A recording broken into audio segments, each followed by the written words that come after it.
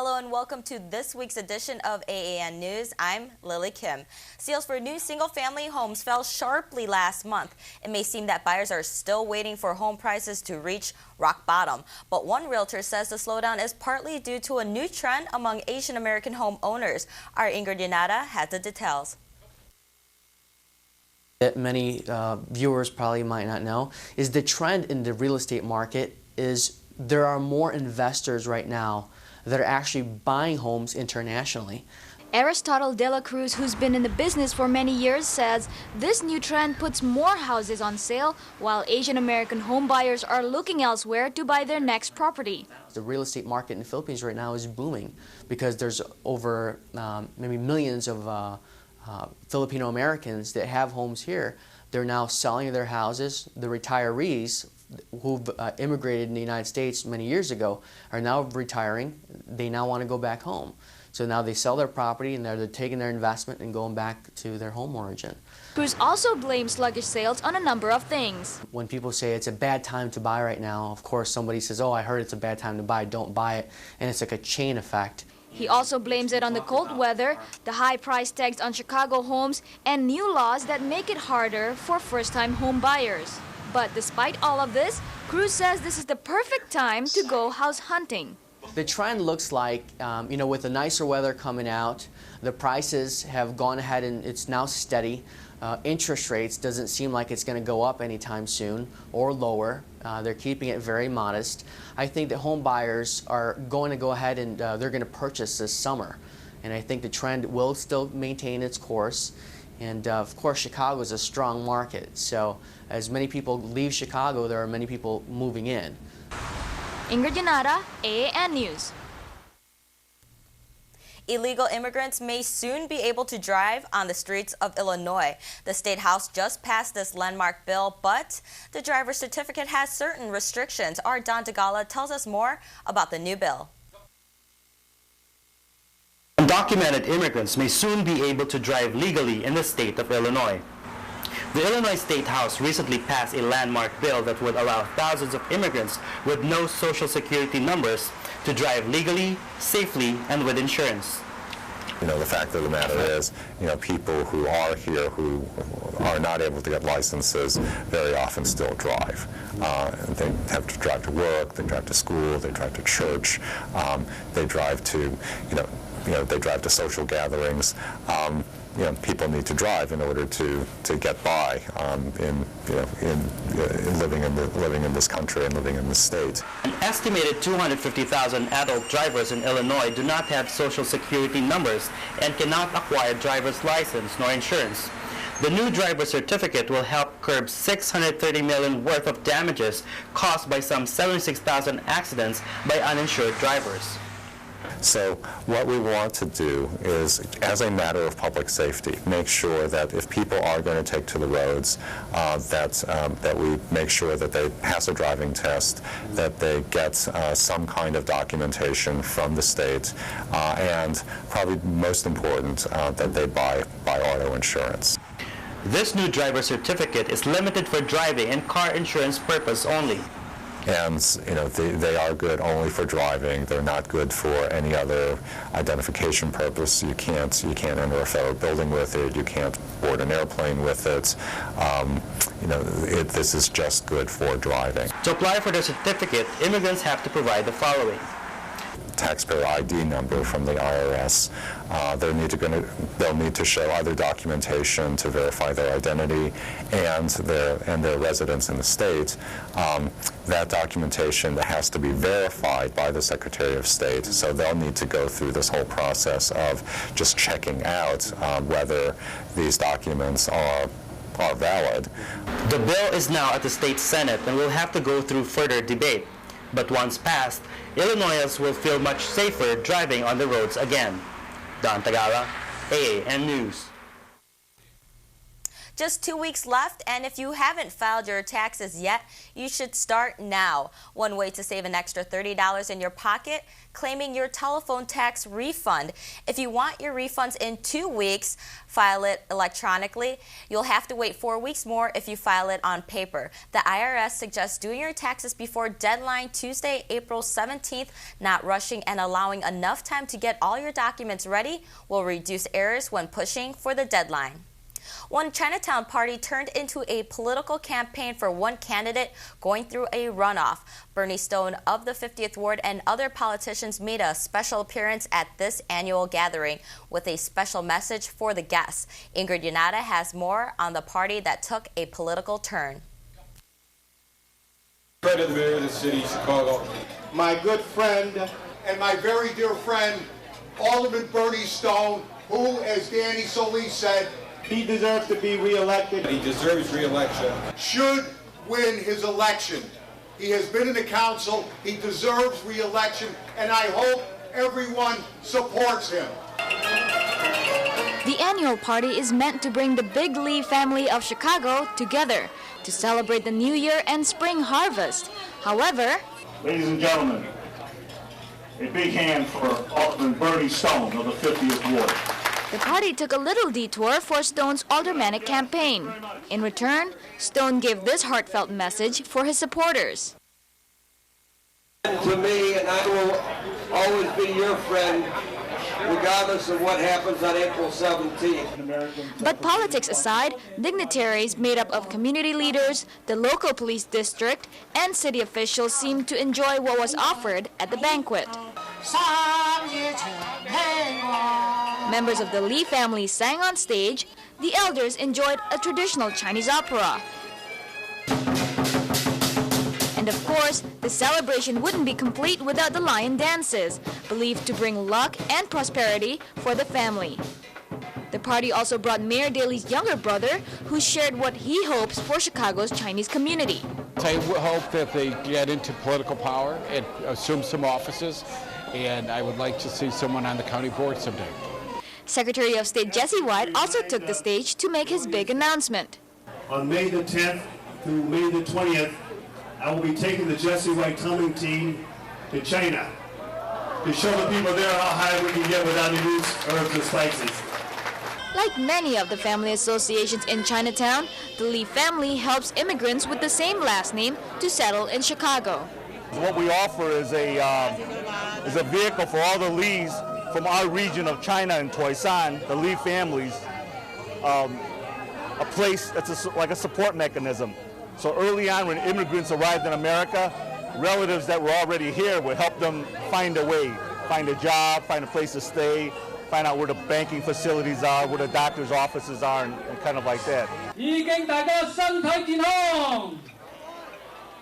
The party was held last week, in which the younger generation paid respect to the elders who paved the way for second, third, and fourth generations of Chinese Americans. Ingrid Yanada, AAN News. Gene Lee from the mayor's office invited the aldermen and city officials to his family association's party. The political endorsements for Alderman Bernie Stone is another push to help Stone keep his aldermanic seat. He has been alderman of the 50th Ward for 34 years and plans to be the longest-serving alderman in Chicago. Chicago's looking for contestants for the Miss Friendship Ambassador pageant. The winner will represent Illinois and Chicago at the 2008 Miss Chinese International pageant to be held in Hong Kong. The Chinatown Chamber of Commerce is looking for unmarried females of at least 25% of Chinese heritage. Contestants must be an Illinois resident and between 18 to 24 years of age. The Miss Friendship Ambassador pageant will be held in October. Applicants are required to prepare their own talent show, and applications must be received by August 15th this year. For more information, write us. There's a small breed of Asian male broadcasters not only in Chicago but all over the nation. But Chicago has just embraced its only Asian male anchor, and AAN was there with the Asian American Journalists Association to welcome Indian Canadian Ravi Bashwal. TV is supposed to be a reflection of the people, but for Asians, it's been quite an unvisionable sight. Though there's a fair amount of Asian female anchors, male broadcasters are close to be a non-existent breed. Asian male broadcasters are very rare in the industry. You don't find very many of them. So it seems that whenever there is another one, it seems to be a big deal just because of the sheer numbers. But ABC7 Chicago brought a new Asian face to primetime news, Ravi Bashwal. There's not much movement in the standoff between Britain and Iran. In November 26, Bashwal was named weekend co-anchor with Karen Jordan. The Asian community has embraced the new journalist. It's always nice to have a connection. You feel that there's a familiar face, that you're not in such a foreign land, that it feels like home. But the Indian community especially has taken him in like family. You know, just like Indians everywhere, everyone's kind of family, and everyone seems to kind of give me that little bit of that wink and nod and the head shake, and they are very appreciative of what I've been able to do here so far. And Bashwal himself has taken in this city just as well. I love Chicago. Senator Hillary Clinton gets a rocky start with the Asian American press, but Clinton did apologize last week after denying access to several Chinese media reporters at a February fundraiser. All Chinese American publications were told that the event was open to local and not to foreign press. More than 40 reporters, including Singtao Daily, World Journal, and Korea Times, attended last week's roundtable discussion. In her opening remarks, the Democratic presidential candidate expressed the support for a comprehensive immigration reform and for the DREAM Act. Clinton stated disagreement with the Bush administration on North Korea, saying it would further isolate the country. And Clinton addressed the issue of Filipino World War II veterans who still seek redress from the U.S. government. Editor-in-chief of World Journal, Yuru Chen, said, quote, Clinton's initiative to apologize publicly and shake hands with each reporter was an important gesture. More Asian Americans are making their way through the Illinois judiciary system. 2 more South Asian judges were recently named to the Circuit Court of Cook County. This diversity is a welcoming change for many Asian Americans. Don Tagala brings you this story.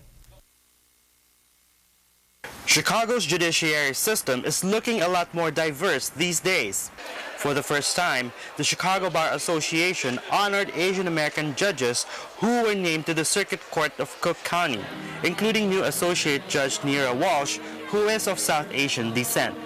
It's an honor and it's a privilege to be able to serve as an associate judge, and it's a wonderful thing for our community to have more representation on the bench, and I am so honored to have been selected. No one's ever done that before. No one's ever reached out to us to extend a helping hand, to assist us and to network with us. It was a hard-fought struggle that it took them nearly 20 years to get the first Asian American on the bench.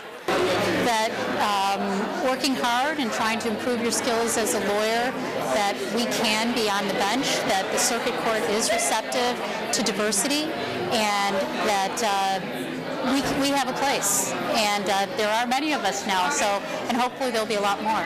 Certainly, we have made some inroads, but there's still a long road to toe.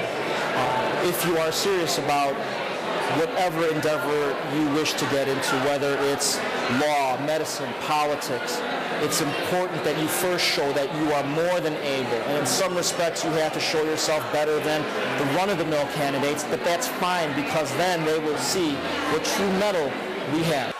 The judiciary system's growing diversity is a welcome change for many Asian Americans. There's a lot to make up from way back when, when there was not enough diversity. But I think the current leadership of the Circuit Court is moving towards more diversity. Our Bar Association is moving to more of diversity, and it's what we need to do.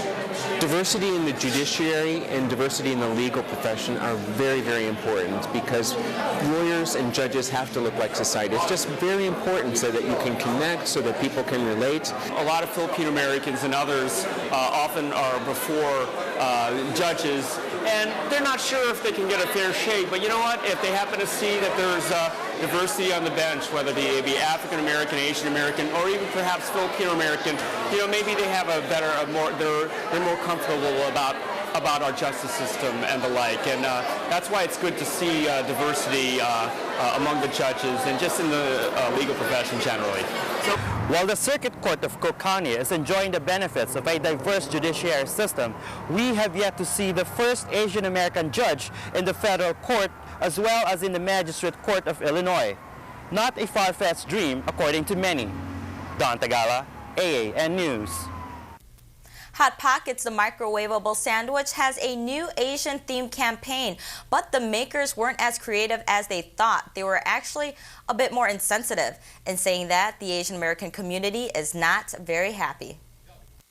Why are you so stupid? Well, that's how the creators of this Hot Pockets campaign should feel. What's wrong with you? You're not hungry for six-pack. The commercial features this accented Asian dojo master barking what people are really hungry for. You're hungry for Hot Pockets! The website takes you into the Hot Pockets dojo deep in the remote mountains of China. The dojo draws all sorts of usual Asian stereotypes and faux Asian imagery. Basically, the campaign is racist. But luckily, you can contact Hot Pockets at www.hotpocketsdojo.com and tell them how you feel. Still to come, police are warning you about a new type of scam. It's wet, muddy, and fun. Find out how many people are playing along, and we'll give you a glimpse of mothers and tigers, all up next on AAN. Scammers are trying new ways to get into your wallets, pretending to be service workers or city inspectors. Here's what you should know to protect yourself.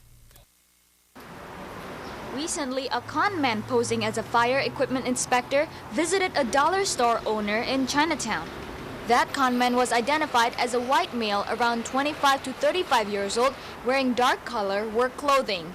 He tried to charge the store owner $35 for every fire extinguisher he inspects. But when the owner asked him for his work ID, he couldn't produce one. The owner called the police and the con man ran away. Police confirmed that this is a citywide problem. Local shop owners should always ask for a proper work ID and call the police immediately in case you need help to verify the service worker. After a long search for a soulmate, the world's tallest man finally finds a companion. 7'9" Bao Shishan from Mongolia married a woman from his own hometown in China. Bao's search for a wife had been posted on the personal ads all over the world. He finally chose a 28-year-old saleswoman who is half his age. Bao was in the news late last year when he used his long arms to save 2 dolphins by pulling out plastic stuck in their stomachs. Summer's creeping up around the corner, and that means it's time to plan for a vacation. And instead of Mexico or the Caribbean, people are now deciding to make their destination to the Orient. Over 6 million travel to this Asian country, 500,000 from the U.S., and one company is making all the efforts for you to have the most pleasant voyage there. It's the Korea Tourism Organization. Where the sun rises and where Korea's peninsula lies, surrounded by oceans and mountains covering 70% of the nation, making it one of the most mountainous regions in the world. It's a land full of culture, food, and history. 한국의 구석구석의 아름다운 모습을 볼 수 있습니다. 서울뿐만 아니라 부산, 제주, 경주 등 우리나라의 아름다운 모습과 자연적인 모습과 그다음에 역사, 문화, 여러 가지 관광 자원들을 아주 깊이 있게 심도 있게 소개해주는 그런 홍보 영상입니다. With the international exposure of the 24th Summer Olympics and the World Cup, Korea's economic achievements and the richness of its unique culture were revealed to the world. Last year alone, over 6 million visited the Asian land. Government invested, the Korea Tourism Organization is the largest association which promotes activities, new tourism resources, and education for tourists. 한국에 관한 모든 정보를 원스톱 서비스로 제공하는 KTO is available so you'll have the most comfortable stay. 언제 어떻게 어디를 방문하고 그곳에 가면 어떤 것을 볼 수도 있고 무엇을 먹을 수 있고 무엇이 있는지 어디에 잘 수 있는지 이런 것들 그다음에 언어가 불편한 사람들에서 언어 통역 서비스라든가 관광 안내 서비스 A nation almost 5,000 years old now flourishes with modern life, shopping, and endless activities. With all that Korea has to offer, KTO can show you all of Korea's beauty. Another venture some could take on this summer is Camp Calcium. Camp Calcium is looking for Asian girls ages from 12 to 14. It's part of a research project to learn how much calcium is needed to build strong bones. It's 6 weeks long, living on Purdue University campus. Girls will engage in arts and crafts, sports, nutritional classes, and be paid $10 a day. Room and board is free, yet registration is $100. For more information, write us at AAN41Chicago@AOL.com. Looking for something different to do? Well, you can try taking up lessons in ceramics. One pottery studio in Lincoln Square offers these special classes, and our Don Tagala brings you to the north side for this report. Are you looking for an unusual hobby? Come play with clay. Playing with clay is not just for kids at this Lincoln Square Pottery Studio. It's a learning center for adults that offers ceramic classes. The studio provides 2,000 square feet of fun and friendly environment that is open to anyone interested in learning how to turn a mound of clay into a functional work of art. This gives people a chance to do something and make something and express their creativity in a way that might not be, so standard. And it's also something less intimidating. We use plates and bowls and mugs and cups every day. This 12-wheel throwing workstation forms the hub of the studio. Experienced ceramic artists like Meg Brittle pass their extensive knowledge of pottery making onto their students. We've got a beginning wheel throwing class, which is designed for people who have never touched clay before in their lives and want to learn how to throw on the wheel, that spins, because it spins. It's pretty cool. It is pretty cool. The studio also offers intermediate and advanced lessons. The studio attracts people who are looking for something to do in their spare time, a fun hobby to learn. I'm just doing it as a hobby, as just something that is a good release and something fun to do. So. Some of the oldest works in clay come from China, where form is as important as function. In this studio, the clay creations are artistic yet functional as well. Ceramic artist Meg Brittle say that this learning center is not just about transforming clay into functional works of art. Hopefully, if students get anything, it's like some pleasure in pottery and the pleasure of making their own things and just squeezing the clay because it's really fun.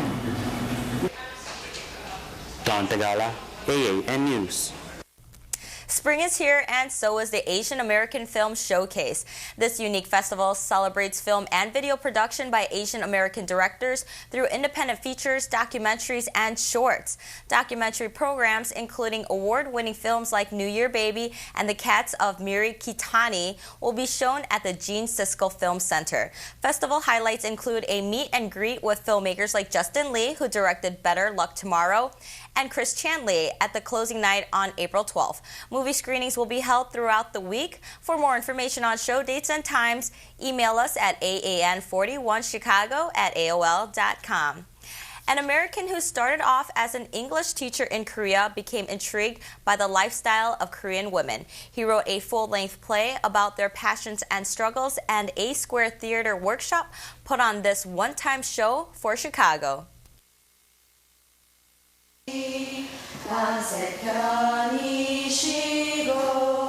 The writings of 9 contemporary Korean women made their way to the States, and these Korean American actresses became intrigued by the story written by one American. I guess one of the interesting things about this is that it's a non-Asian writer, and it's interesting because as you're reading it, you can hear the voices of these actual women. And they felt the need to tell these true stories. It's a series of narratives, and each woman brings a different perspective of what their reality is like. It's fascinating. Only son in the family. He was sighing, despondent. So I decided to go back to North Korea again and get him down. Mothers and Tigers is a full-length play of 9 different viewpoints of women in Korea. One of the things I think is interesting about my character is that she ends up being a single mother and has to deal with 2 separate mothers-in-law, and she is also she has 3 daughters, and she's very proud to have 3 girls, which isn't something that is unusual. So. Will Kern's Mothers and Tigers captivated many. I could totally associate with being a tough woman and trying to hold it in, and then occasionally spilling your emotions and the things you went through, and I really love the stories. I mean, it's all applicable to every single person universally. It doesn't have to be a Korean woman. It can be anybody, anywhere. I think he really captured the conflicting inner struggles that each Korean woman had. They each had a passion that they wanted to fulfill. They also had love. They also had hatred. And I thought he really captured that. The play even caught one theater in Chicago and now has more to look for. Well, you know, actually, Will Kern is currently talking with the director of Prop Theater here in Chicago. Okay. We did a mini reading last Wednesday at Prop Theater, and the owner was there. That owner is interested in putting this play up as a full production. AAN will keep you updated on that project. Thank you for choosing AAN, your Asian news leader. If you have any questions about our show or have story ideas, write us at AAN41Chicago@AOL.com. Catch a rebroadcast Tuesday mornings at 8 and tune in next Monday night where we will feature teens who will dare to dream for the sake of others. I'm Lily Kim. Thank you and see you next time.